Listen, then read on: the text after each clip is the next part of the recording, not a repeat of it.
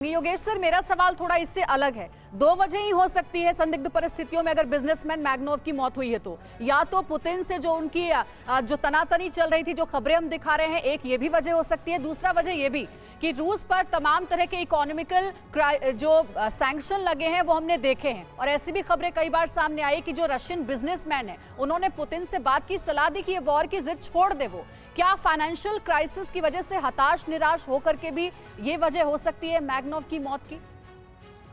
देखो अंजलि, मुझे तो ये लगता है कि फाइनेंशियल और इकोनॉमिक क्राइसिस की जो बात है वो ठीक है कि उसका असर रूस पर जरूर हुआ था पहले, और काफी असर हुआ था।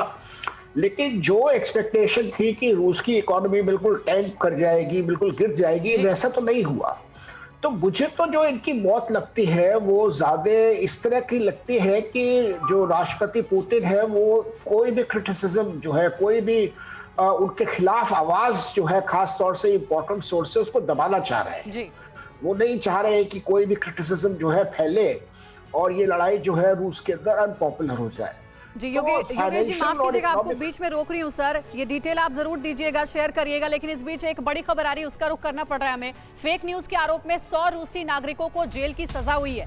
युद्धकालीन सेंसरशिप कानून के तहत ये कार्रवाई हुई है। 100 रूसी नागरिक दोषी ठहराए गए हैं, और दोषी ठहराए गए 100 में से 32 लोग देश छोड़कर भाग चुके हैं। तो जो हम बता रहे थे, जो हमारे एक्सपर्ट्स भी ये कह रहे थे कि पुतिन जो कि रूस के राष्ट्रपति हैं, वो इस बात को बर्दाश्त नहीं करते कि उनके फैसले के खिलाफ कोई भी आवाज उठा सके। उसी कड़ी में ये बड़ी खबर भी।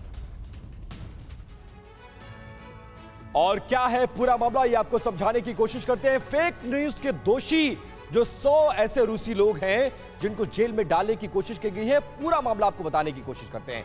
100 नागरिकों को फेक न्यूज फैलाने के आरोप में फिलहाल जेल में डाल दिया गया है। 57 दोषियों को 5 से 10 साल की जेल और 24 को 3 साल की जेल करार दिया गया है। विपक्षी नेता की हत्या याशिन और व्लादिमीर कारा-मुर्जा भी जेल जाएंगे, यह भी फैसला किया गया है। रूसी अदालतों ने वॉर फेक लॉ के तहत अब तक 9 सजाएं दी हैं, जिसकी सजाओं का जो जिक्र है और जो डिटेल्स है वो आपको भी बता रहे हैं। 2 लोगों पर 3 मिलियन रूबल का जुर्माना भी लगाया गया, यानी जेल के अलावा फाइनेंशियल आपके ऊपर बर्डन भी डाला जाएगा। 2 दोषियों को सामुदायिक सेवा से निलंबन की सजा दी गई है, और सबसे कठोर सजा मॉस्को नगरपालिका के डेप्टी एलेक्सी गोरिनोव को दिया गया है और उनको सजा सुनाई गई है। तो इस तरीके से इस वक्त स्थितियां वहां पर बनती और बिगड़ती नजर आ रही हैं। योगेश गुप्ता सर, इस तरह से आवाज दबाकर जो देश में अपने खिलाफ आवाजें उठ रही हैं, उसको दबा पाने में क्या रूस के प्रेसिडेंट जो हैं वो कामयाब होंगे, या फिर जो दुनिया से उनकी लड़ाई चल रही है उससे वो ध्यान भटका सकेंगे? किस तरह से आप इस पूरे मसले को देखते हैं?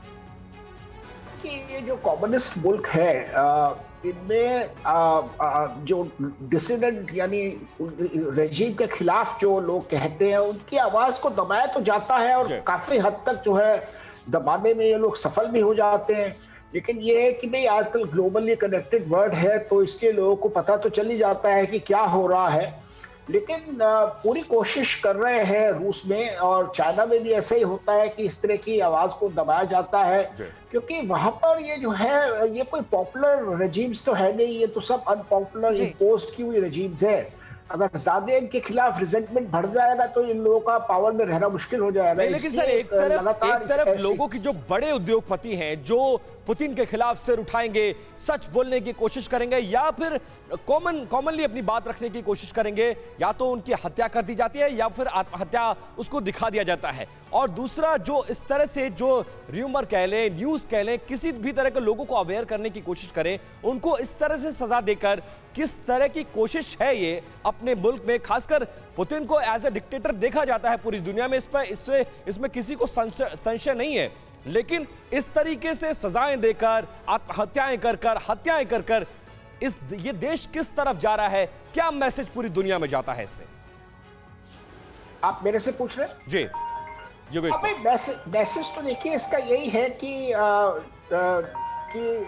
ये लड़ाई जो है उसका डोमेस्टिक क्रिटिसिज्म हो रहा है वहां पर, और जो है काफी लोग जो है वो नाराज हैं इससे, काफी लोग की स्थिति इससे खराब हो रही है। जैसे ऑयल मैग्नेट्स है, ऑयल मैग्नेट्स जो है एक्सपोर्ट नहीं कर पा रहे हैं, उनकी इनकम्स अफेक्ट हो रही हैं।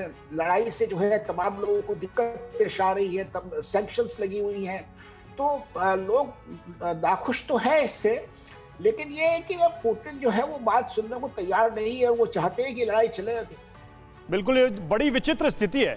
एक तरफ आप रूस की बात कर रहे हैं, वहीं दूसरी तरफ आज एक खबर ये भी आई थी कि नॉर्ड स्ट्रीम से जो सप्लाई है रूस ने रोकी और यूरोप की टेंशन बढ़ी हुई। तो देखिए, एक तरफ यूरोप रूस के अंदर और दूसरी तरफ रूस के बाहर भी अजीब सी स्थिति है। लोगों के बीच समस्याएं युद्ध की वजह से किस तरह से पैदा हो रही, खासकर ऊर्जा संकट एक बड़ी चुनौती। और